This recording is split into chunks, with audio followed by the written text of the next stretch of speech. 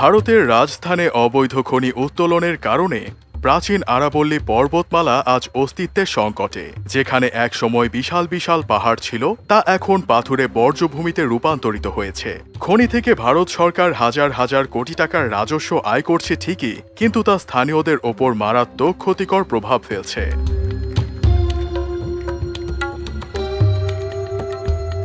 খনিজ দূষণের কারণে প্রতিনিয়ত হাজার হাজার মানুষ নানা ধরনের মরণ ব্যাধি সব রোগে আক্রান্ত হচ্ছে।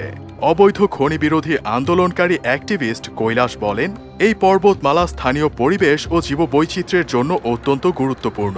আমরা যদি এসবের বিরুদ্ধে প্রতিবাদ না করে চুপচাপ দেখে যাই, তাহলে আমরাও ধ্বংস হয়ে যাব আর আমাদের ভবিষ্যৎ প্রজন্মও ধ্বংস হয়ে যাবে।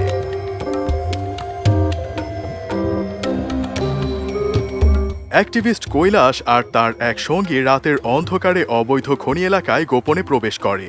তারা সেখানে দেখতে পায় রাতের অন্ধকারে খনি উত্তোলন অবিরত চলছে, যা সম্পূর্ণ অবৈধ। মূলত অবৈধ উত্তোলনের প্রমাণ খুঁজতে নিজেদের জীবনের ঝুঁকি নিয়ে তারা খনি এলাকায় যায়। ইতিপূর্বে অবৈধ খনি বিরোধী কার্যক্রম পরিচালনার জন্য কৈলাসের ওপর বেশ কয়েকবার হামলা হয়েছে। তা সত্ত্বেও জীবনের ঝুঁকি নিয়ে তিনি আন্দোলন অব্যাহত রেখেছেন।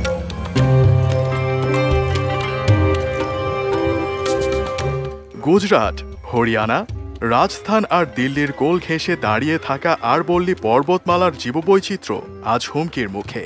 অসংখ্য বন্যপ্রাণী, কৃষি জমি আর হাজার হাজার মানুষের বাসস্থান ছিল এই পর্বতের কোল ঘেঁষে। কিন্তু অবৈধ খনি উত্তোলনের ফলে উর্বর কৃষি জমি তার উর্বরতা হারাচ্ছে। আশেপাশের নদী নালার পানি বিষাক্ত রাসায়নিকে দূষিত হচ্ছে।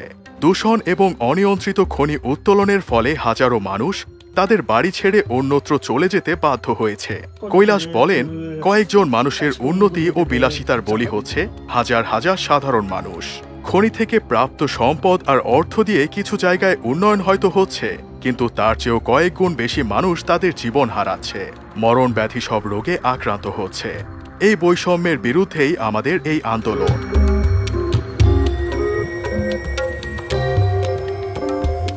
রাজস্থানের এই জায়গাটি চিহ্নিত খরাপ্রবণ এলাকা, অর্থাৎ এই এলাকার পানি শুধুমাত্র স্থানীয়দের ব্যবহার করার কথা। কিন্তু যেখানে স্থানীয়রাই পর্যাপ্ত পানি পাচ্ছে না, সেখানে খনি কোম্পানিগুলো প্রতিদিন হাজার হাজার লিটার পানি অপচয় করছে। অন্যদিকে খনি উত্তোলনের জন্য সেখানে প্রতিনিয়ত বিস্ফোরণ ঘটানো হয়। আশেপাশের মানুষের অভিযোগ, এই সব বিস্ফোরণের ফলে তাদের বাড়িঘর ভেঙে যাচ্ছে। যখন খনিতে বিস্ফোরণ ঘটানো হয়, তখন স্থানীয়দের বাড়িঘর কেঁপে ওঠে। অনেক বাড়ি এই বিস্ফোরণের কারণে বসবাসের সম্পূর্ণ অনুপযোগী হয়ে গেছে। স্থানীয়রা প্রতিনিয়ত এইসব মাইনিং কোম্পানি অপসারণের দাবিতে আন্দোলন চালিয়ে যাচ্ছে।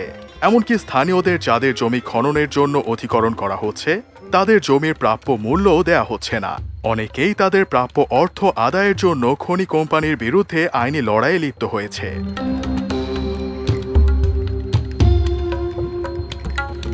স্থানীয়দের একজন বলেন যে, এখানকার পরিবেশ এখন অত্যন্ত খারাপ।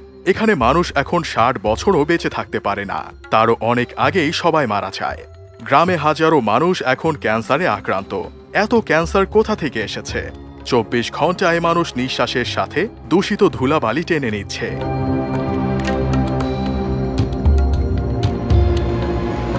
উত্তোলনকৃত খনিজ পদার্থের দূষণের কারণে এই এলাকার বায়ু এখন এক ধরনের স্লো পয়জনে পরিণত হয়েছে।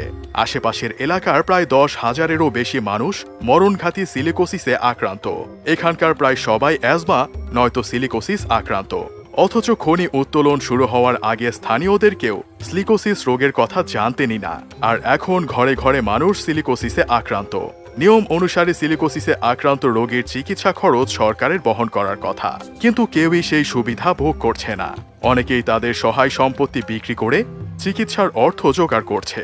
শুধুমাত্র মানুষই নয়, স্থানীয়দের গৃহপালিত পশু পাখিও অসুস্থ হয়ে মারা যাচ্ছে। আশেপাশের জমিতে এখন আর কোনো ফসল ফলে না। সামান্য যেসব ফসল জন্মেও দূষণের কারণে তার অবস্থা এখন এমন যে তা যদি কেউ খায়, সে নিশ্চিতভাবে অসুস্থ হয়ে পড়বে।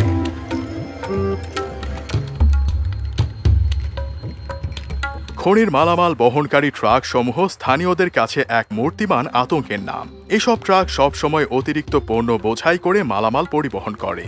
বায়ু দূষণ ও ধুলাবালির কারণে রাস্তাঘাটে দৃষ্টিসীমা খুবই কম থাকে।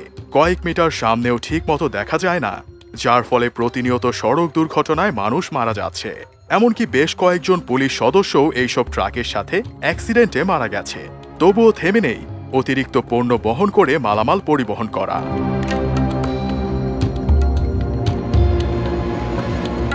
কৈলাস ও তার সহযোগীরা ৩০ বছরেরও বেশি সময় ধরে এই অবৈধ উত্তোলনের বিরুদ্ধে লড়াই করে যাচ্ছে, কিন্তু তারপরও পরিস্থিতির তেমন কোনো উন্নতি হয়নি। তবুও তারা থেমে থাকবে না। সর্বশেষ ইন্ডিয়ান সুপ্রিম কোর্ট আদেশ জারি করেছে যে আরাভাল্লি পর্বতমালায় কোর্টের আদেশ ছাড়া কোনো ধরনের নতুন খনন কার্যক্রম শুরু করা যাবে না। এখন এই আদেশের বাস্তবায়ন হবে কিনা আর এই প্রাচীন আরাভাল্লি পর্বতমালা তার ঐতিহ্য নিয়ে মাথা উঁচু করে টিকে থাকতে পারবে কিনা তা সময়ই বলে দেবে।